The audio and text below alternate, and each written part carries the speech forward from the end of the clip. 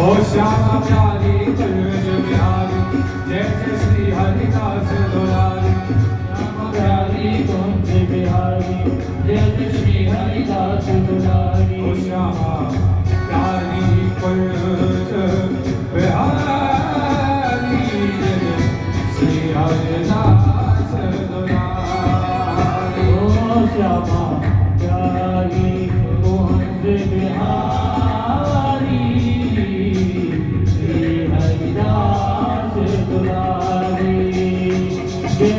राधे राधे राधे गोविंद राधे जय जय राधे राधे राधे गोविंद राधे जय जय राधे राधे राधे गोविंद राधे जय जय राधे राधे राधे गोविंद राधे जय जय राधे राधे राधे गोविंद राधे ओ जय जय राधे राधे राधे गोविंद राधे हे गोविंद राधे गोपाल हे गोविंद राधे गोपाल राधे हाँ गोविंद राधे गोपाल राधे हे गोविंद राधे गोपाल राधे ओ जय जय राधे राधे राधे गोविंद राधे ओ जय जय राधे राधे राधे गोविंद राधे ओ जय जय राधे राधे राधे गोविंद राधे ओ जय जय राधे राधे राधे गोविंद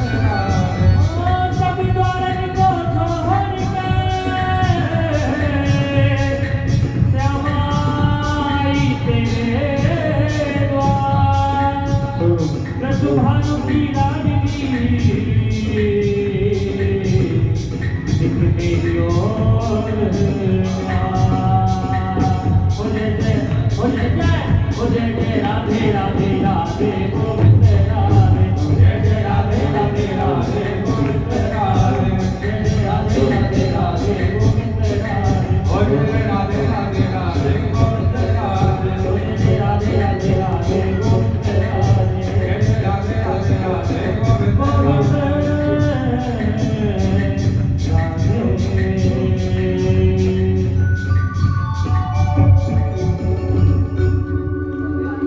बोलिए भागवत महापुराण की द्वारिकाधीश की राजा रामचंद्र भगवान की जय जय श्री राम।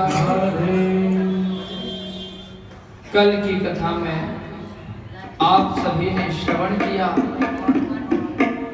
कि राजा परीक्षित जी की सभा में सुखदेव महामुनि प्रकट हो गए कि तत्रा भवद भगवान व्यासपुत्रः।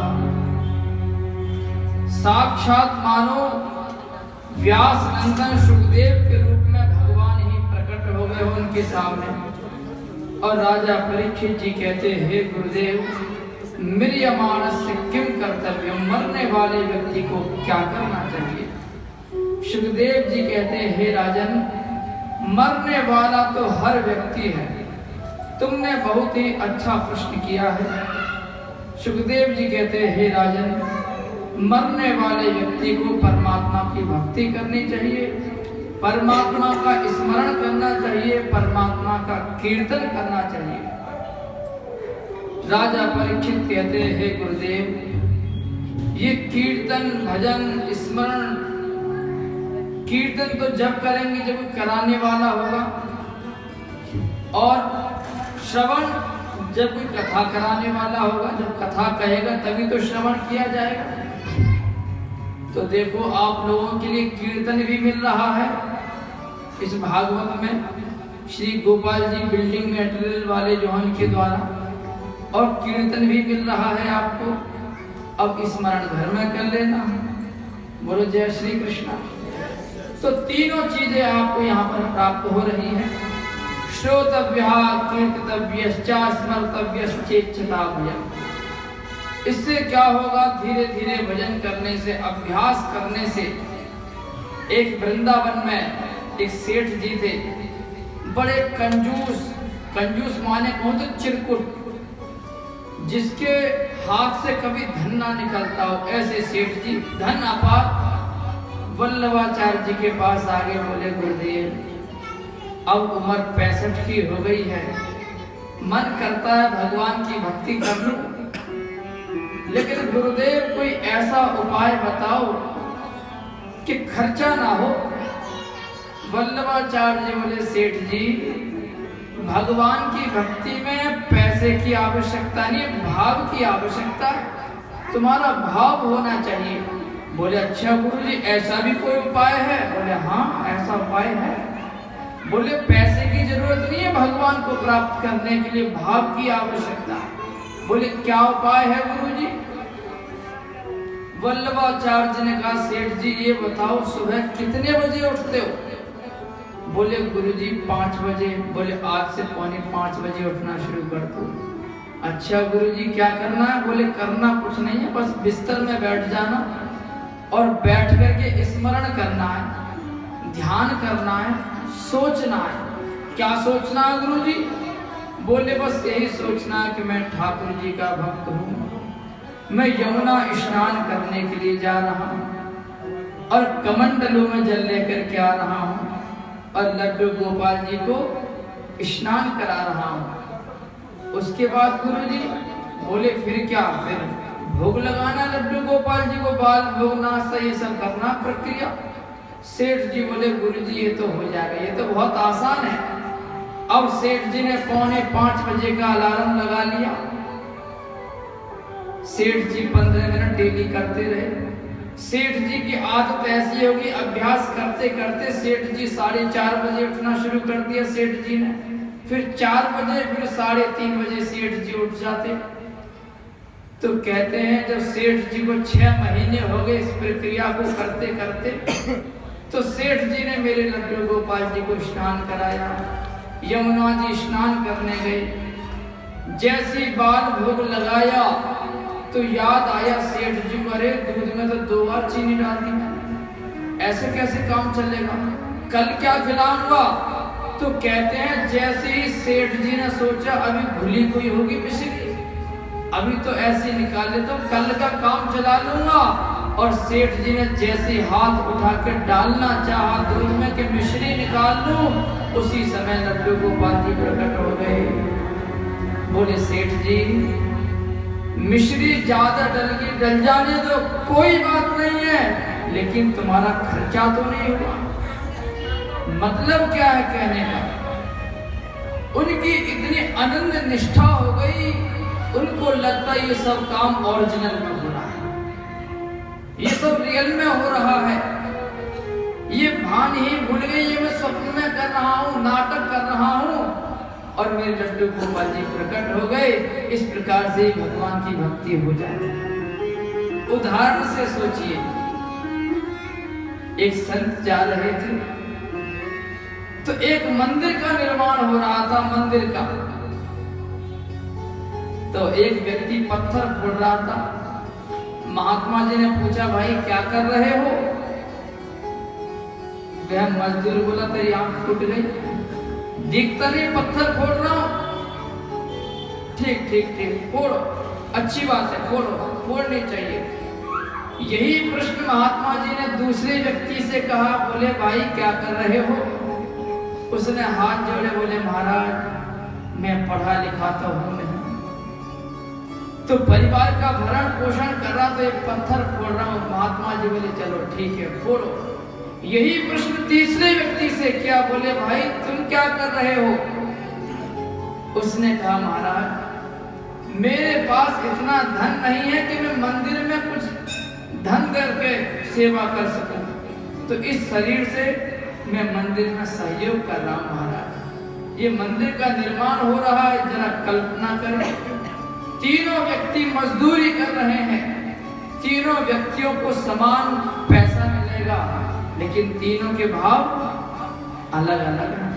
एक व्यक्ति पत्थर फोड़ते फोड़ते अपने दिल को ही पत्थर बना बैठा, दूसरा व्यक्ति केवल इसलिए बोल रहा है कि घर का गुजारा चल जाएगा, और तीसरा व्यक्ति के घर का गुजारा भी चलेगा और मंदिर में निर्माण की भावना के मंदिर में कुछ सहयोग हो जाएगा इस शरीर के माध्यम से, तो इस प्रकार से भी भक्ति हो जाती है। बोलो जय श्री कृष्ण। ऐसे व्यक्ति को भी परमात्मा मिल जाते हैं। राजा परीक्षित जी कहते गुरुदेव ये बताओ किस देवता की पूजा करने से, वंदना करने से क्या प्राप्ति होती है। सुखदेव जी कहते हैं राजन सुनो कि विद्या कामस्तु गिरिशम दाम्पत्यार्थ उमा सती। बोले हे राजन, जिस व्यक्ति को विद्वान बनना हो, जो अच्छा IPS है IAS बनना चाहता हो, अच्छा विद्वान बनना चाहता हो, उसे भगवान शिव की आराधना करनी चाहिए। और दाम्पत्यार्थ उमा सती, बोले जिस पति पत्नी में झगड़ा रहता हो 36 का आंकड़ा, उसे माता पार्वती की आराधना करनी चाहिए। तो माता पार्वती की आराधना करने से, भक्ति करने से दाम्पत्य क्लेश ये सही हो जाता है। आपने देखा होगा बहुत सी माताएं माता पार्वती को भगवान शिव को कलावा लपेटती हैं। ये इसलिए लपेटते कि जिस प्रकार से आपका प्रेम अजर अमर है, उसी प्रकार से हमारा भी प्रेम इसी प्रकार से आपकी तरह हो जाए 7 जन्मों तक। और क्या है, किसी को धन की कामना हो तो उसे कुबेर की उपासना करनी चाहिए। खजांची वित्त मंत्री माता लक्ष्मी के कुबेर जी महाराज। और किसी को सुंदर पत्नी की इच्छा हो तो उसे उर्वशी की उपासना करनी चाहिए। और किसी को सुंदर बनना हो तो उसको गंधर्वों की उपासना करनी चाहिए। किसी को संतान की इच्छा हो उसे लड्डू गोपाल जी की भक्ति करनी चाहिए। और जिस व्यक्ति के मन में अनेक इच्छाएं हो, अनेक कामनाएं हो, उसे भगवान नारायण की उपासना करनी चाहिए। अकामः सर्व कामो वा मोक्ष काम उदारधि तीव्रेण भक्ति योगेन जयेत पुरुषं परम। क्योंकि जिस प्रकार से एक फल को कब तक जल दोगे, अगर वृक्ष की जड़ में ही जल डाल दोगे सारे वृक्ष को जल प्राप्त हो जाता है। इसी प्रकार से सबके मूल तो भगवान नारायण है। नारायण की उपासना करने से, उनकी पूजा करने से समस्त देवी देवताओं की पूजा हो जाती है। अगर व्यक्ति के मन में कामना है तो कामना की पूर्ति हो जाती है, और अगर कामना नहीं है तो उसे मेरे गोविंद की प्राप्ति हो जाती है। इस प्रकार से बताया है। हर देवता की पूजा करने से अलग अलग फल बताया है। और कहा राजन, फिर भी यह व्यक्ति भगवान का स्मरण नहीं करता, बस अभिमान में जिए जा रहा। बोले हम बहुत बड़े हैं, एक अभिमान है कि हम बहुत ज्यादा जीते हैं। तो सुखदेव जी कहते राजन, इस व्यक्ति में किस बात का अभिमान है? तर्वः किम न जीवन्ति।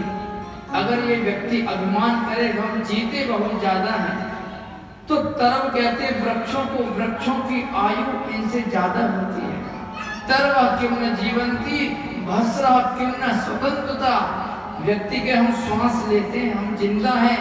बोले तुमसे श्वास तो लोहार की भौंकनी लेती, जिसमें लोहार गर्म करके वो औजार बनाता है, वो बहुत श्वास लेती है। न खादंती न मेदंती किम ग्रामः पशवो परे। बोले हे राजन, ऐसे जो भक्तिहीन मानव है, जो भगवान की भक्ति नहीं करते हैं, उनकी 4 पशु बड़ी प्रशंसा करते हैं। अब ये 4 पशु कौन है जो भक्तिहीन मानवों की प्रशंसा करते हैं? तो जरा याद कर लीजिए। स्विट बरा होष्ट खरई संसतः पुरुषः पशु। स्व कहते कुत्ता को। ये कुत्ती किसकी प्रशंसा करता है? जो छोटी छोटी बातों पे झगड़ा करते हैं।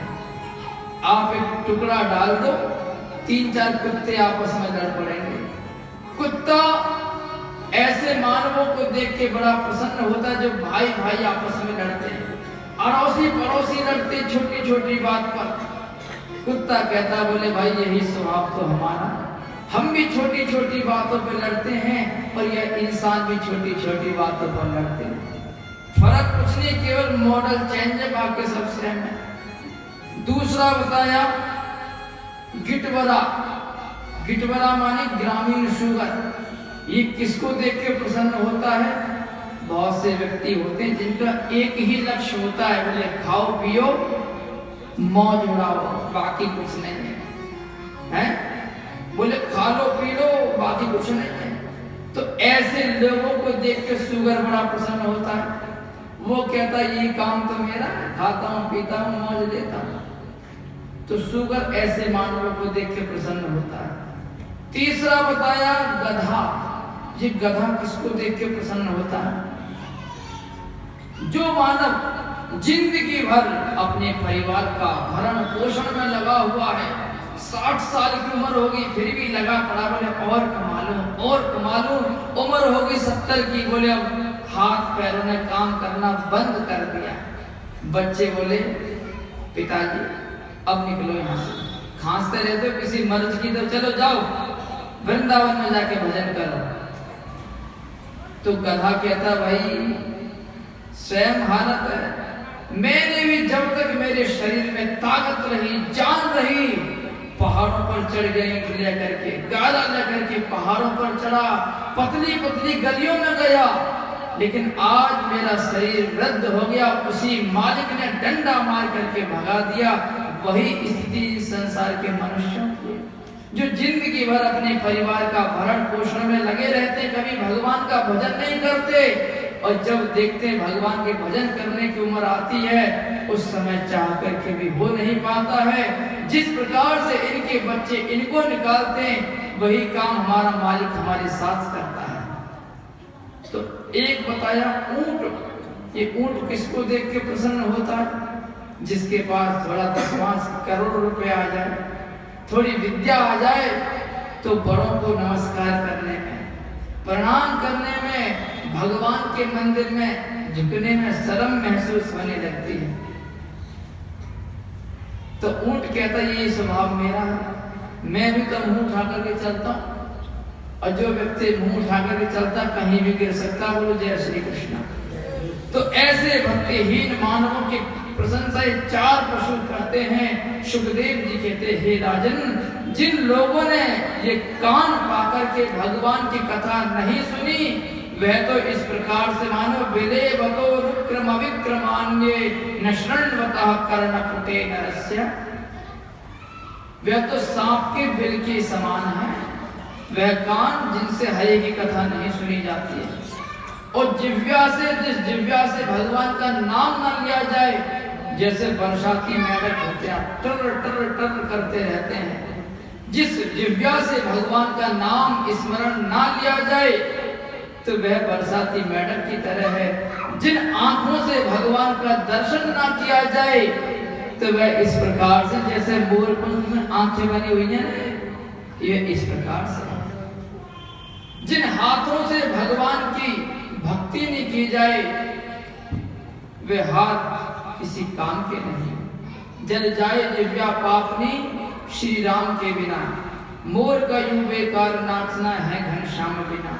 हम देखते हैं ताली बजानी कह दो सत्संग में, लोगों को शर्म आती, पड़ोसी क्या सोचेगा ताली बजा रहे। मैंने कई बड़े आईजी लोगों को देखा है, जो आईपीएस आईजी वगैरह बने हुए हैं, सत्संग में कह दो बड़ी शर्म आती है, उनको लज्जा आती है, और घर में अपने छोटे से पोते को अपनी पीठ पे बिठा करके वही ताली बजाते हुए मैंने अपनी आंखों से देखा। बोले जय श्री कृष्ण। तो इसलिए भगवान के भजन में ताली बजाने से हाथ की रेखाएं चेंज हो जाती हैं, ये हकीकत है, ये सत्संग है। आज भले ही आपके जीवन में इसकी कोई आवश्यकता ना हो, लेकिन जब जीवन में अंधकार आएगा, उस समय इस सत्संग की बहुत आवश्यकता पड़ेगी। यहाँ पर प्रकाश हो रहा है, लाइट जल रही है, तो हो सकता है कि लाइट ना भागे। अगर आपके पास टॉर्च है तो आप जा सकते हैं। ये सत्संग भी टॉर्च का काम करता है, और जिसके पास टॉर्च होगी वह निकल जाएगा, और जिसके पास नहीं हो किसी भी खंभे में टकरा सकता है। उसी प्रकार से जब जीवन में अंधकार अंधकार दिखता है, उस समय आज का किया हुआ सत्संग उस वक्त जीव के काम आता है कि क्या करें और क्या ना करें। तो सत्संग बताता है। आपको याद आएगा, अरे वहां पर हमने भागवत सुनी थी और भागवत में बताया था, बोले भाई मरने वाले व्यक्ति को ये काम करना चाहिए, भगवान का भजन करना चाहिए, भगवान का स्मरण करना चाहिए। बोलो जय श्री कृष्ण। और राजा परीक्षित जी को 4 श्लोक की भागवत का वर्णन किया है सुखदेव जी महाराज ने कि ज्ञानम परम गुह्यम में यदि विज्ञान समन्वितम। ये जो भागवत की जो कथा है, ये भगवान नारायण के मुख से निकली हुई भागवत की कथा है। भगवान नारायण ने ब्रह्मा जी को अपने नाभि कमल से प्रकट किया, और जब नाभि कमल से ब्रह्मा जी को प्रकट किया, ब्रह्मा जी कमल की तंतु पर बैठ गए। ब्रह्मा जी देखना चाहते थे, सब जगह जल ही जल भरा हुआ है।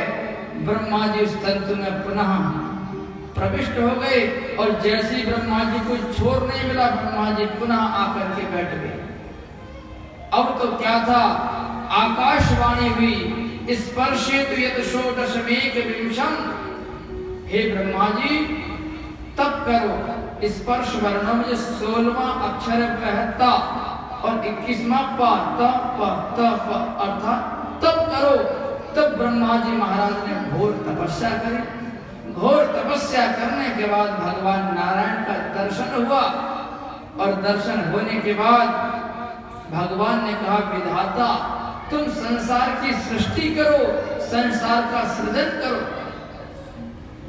ब्रह्मा जी बोले, महाराज आप इतना बड़ा पद मुझे दे रहे हो, मुझे तो अभिमान हो जाएगा। तब भगवान ने 4 श्लोक की भागवत का ज्ञान दिया। अहमेवा समेवाग्रे नानयद सद सद परम पश्चादहम यदेतच्चा यो विशिष्येत सौस्म्यहम्। अरे ब्रह्मा, अभिमान उसको होता है जो मेरी सृष्टि को नहीं जानता है, मेरे स्वरूप को नहीं जानता। अहमेवा समेवाग्रे, हे ब्रह्मा, इस सृष्टि से पहले भी मैं ही था, और सृष्टि बनने के बाद भी मैं ही बचता, और कुछ नहीं बचता। जिस प्रकार से मान लो, आप लोग सभी जानते, यहाँ घड़े का मटके का काम ज्यादा होता है रठाला में, तो आपसे बढ़िया और कौन जान सकता है वे घड़ा बनने से पहले क्या था, मिट्टी, और बनने के बाद भी क्या है, वो मिट्टी ही है। नामगत चेंज हो गया घड़ा, और आपको गुस्सा आ गई, आपने उसको तोड़ दिया, तो वह क्या बचा, मिट्टी ही बचती है। दूसरे उदाहरण से समझाया, बोले हे ब्रह्मा, जिस प्रकार से सोना होता है ना, गोल्ड, वह बनने से पहले भी सोना है, बनने के बाद भी सोना ही होता है, बशर्ते नामगत भेद हो जाते हैं। बोले ये अंगूठी है, ये कानों के कुंडल हैं, वस्तुतः वह है क्या, सोना। और आपने एक काम किया, गरम लैंप सी लगाई, और बनने के बाद इतनी बड़ी गोली बन गई, तब भी वह क्या है, सोना। इसी प्रकार से बनने से पहले भी परमात्मा थे, और जितने स्वरूप बने हुए हैं ये भी परमात्मा का ही है। और जब ये सब विलीन हो जाते हैं, तब केवल परमात्मा ही बचते हैं। एको हम बहुश्यामा। जब भगवान इस संसार का सृजन करते हैं तो संकल्प करते हैं, एको हम बहुश्यामा, एक से अनेक हो जाते हैं। और तीर्थम यत् प्रतीयेत न प्रतीयेत चात्मनि तद विद्यादात्मनो मायाम यथा भासो यथा तमः यथा महान्ति भूतानि भूतेषुश्च वचेष्वनु प्रविष्टान प्रविष्टानि तथा तेषु न तेष्वहम् एतावदेव जिज्ञासं तत्त्व जिज्ञासुनात्मना अन्वयव्यतिरेकाभ्याम यत् स्यात् सर्वत्र सर्वदा। हे ब्रह्मा, ये जो कुछ भी है ये सब मेरा ही स्वरूप है, इसलिए तुम संसार का सृजन करो, संसार की सृष्टि करो। और भागवत जी के 10 लक्षण बताए हैं। अत्र सर्ग विसर्ग स्थान पोषण ऊति मनवंतर ईशान तथा निरोध मुक्ति और आश्रय।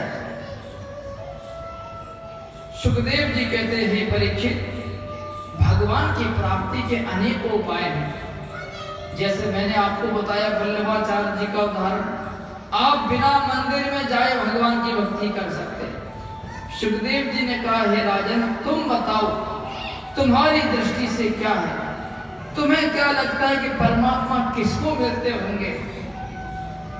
राजा परीक्षित कहते हैं, हे गुरुदेव, भगवान तो उसको मिलते होंगे जिसका जन्म उच्च कुल में होता है। भगवान बोले, नहीं नहीं, ऐसा कोई नहीं है, भगवान तो सभी को मिल जाते हैं, दासी पुत्र विदुर को मिल जाते हैं। अरे महाराज, तो भगवान उसको मिलते होंगे जो बलवान होता होगा।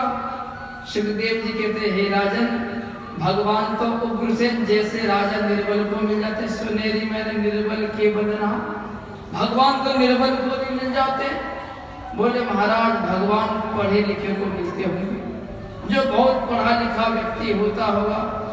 सुखदेव जी कहते हैं, विद्या गजेंद्र से का, बोले जो गजराज था हाथी, उसने भगवान को पुकारा। वो कौन से स्कूल में गया था पढ़ने के लिए, भगवान तो उसको भी मिल जाते हैं। अरे महाराज, तो भगवान उसको मिलते होंगे जिसकी उम्र बहुत ज्यादा हो जाती होगी। भाई चलो, अब ये 99 साल का हो गया है, अब 100वां होने वाला है। जैसे आपने देखा होगा, राष्ट्रपति का पद है, डीजीपी का पद, जो बड़े पद होते हैं, जिसकी उम्र होती है रिटायरमेंट की ओर, बोले चलो डीजीपी बना दो, अब इनको राष्ट्रपति बना दो। 75 के हो गए, राष्ट्रपति बना दो। तो सोचा भाई चलो, जिसकी उम्र ज्यादा हो जाती है, भगवान उसको दर्शन देते होंगे। बोले ये है भी सत्य नहीं है, भगवान तो 5 वर्ष के बच्चा ध्रुव को भी मिल जाते हैं। सुखदेव जी से राजा परीक्षित कहते, प्रभु भगवान उसको मिलते होंगे जो शुद्धता के साथ, पवित्रता के साथ रहता होगा। सुखदेव जी बोले, नहीं नहीं राजन, ऐसा भी नहीं है। बोले, जिन भीलों को प्रभु श्री राम ने अपने गले से लगाया गंगा के किनारे, वह भील जाड़े के दिनों में स्नान ही नहीं करते थे। बोले जय श्री कृष्णा, क्योंकि गंगा के किनारे पर रहने वाले लोग गंगा जी में स्नान नहीं करते और कहते, अस हमार बड़ सेवकाई ले न बासन बसन चुराई। बोले महाराज, हमारी सेवा स्वीकार करो, ये शुक्र मानो, हम भील हैं, तुम्हारे लोटा चमेला न छुड़ाए। तो भगवान तो उन भीलों को भी मिल जाते हैं। राजा परीक्षित बोले, गुरुदेव ये बताओ कि प्रभु दासी पुत्र को कैसे प्राप्त हुए, कैसे कृपा कर दी दासी पुत्र के ऊपर। तब श्री सुखदेव जी महाराज वर्णन करते हैं राजन कि यदा तो राजा स्वसुतान साधु पुष्णन्न धर्मेण विनष्ट दृष्टि। हे राजन, ये उस समय का प्रसंग है जिस समय हस्तिनापुर नगरी में महाराज धृतराष्ट्र की बाहर की आंखें तो फूट ही गई थी और जो अंदर की जो आंखें थी उसको साले साहब शकुनी ने फोड़ दिया था। मोह के बस अंदर की आंखें भी फूट गई थी। और उस समय मेरे द्वारकाधीश प्रभु शांति दूत बनकर के आ रहे थे। विदुर जी महाराज आगे, विदुर जी ने समझाया, बोले महाराज आज मेरे गोविंद शांति दूत बनकर के आ रहे हैं, वह जो भी कहते आप स्वीकार कर लेना, उनका विरोध मत कर। बोले महाराज न्याय ये कहता है अगर एक व्यक्ति को त्यागने से संपूर्ण राज्य की सुरक्षा हो सकती है तो महाराज एक व्यक्ति का त्याग कर देना चाहिए। महाराज डॉक्टर लोग भी ऐसा ही करते हैं, अगर किसी उंगली में कोई फोड़ा हो जाए या कैंसर हो जाए तो डॉक्टर लोग कहते हैं महाराज इस उंगली को कटवा दीजिए, नहीं तो पूरे हाथ में कैंसर हो जाएगा। और व्यक्ति ना चाहते हुए अपनी उंगली को कटवा देता है। धृतराष्ट्र बोला भैया विदुर मैं तो तुम्हारी बात से सहमत हूं, तुम एक काम करो मेरे पुत्र दुर्योधन को समझा दो। विदुर जी बोले महाराज मैं आपका सेनापति हूं, मैं आपका महामंत्री हूं, मैं दुर्योधन का महामंत्री नहीं हूं। आप दुर्योधन को आदेश दीजिए और नहीं माने तो उसको तिरस्कार कर दीजिए। अब यह बात दुर्योधन ने सुन ली। अब दुर्योधन के चाटुकार चमचों ने जाकर के बता दी कि विदुर तेरे पिताजी को तुम्हारे खिलाफ भड़का रहा है। दुर्योधन आ गए दासी पुत्र कएन मत्रोपजवाव द्रव्यम दास्यासुतम यद बल नैव पुष्टारे। दुष्ट, हमारे टुकड़ों पर पड़ने वाले कुत्ते, तेरी इतनी औकात कि तू मेरे पूज्य पिताश्री को मेरे खिलाफ भड़का रहा। चल निकल जा इसी वक्त मेरे राज्य से बाहर। विदुर जी महाराज शांत खड़े रहे। जब देखा कि धृतराष्ट्र ने कुछ नहीं बोला, विदुर जी समझ गए हमारी आवश्यकता महाराज को भी नहीं है।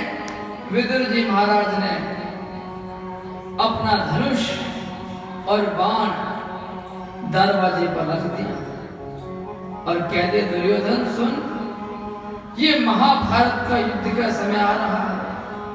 तू ये मत सोचना कि मैं तुझको छोड़ करके पांडवों की सेना में चला जाऊंगा कि स्वयं धनुर्धार निधाय माया गतव्यथो यादिरुमानयाना।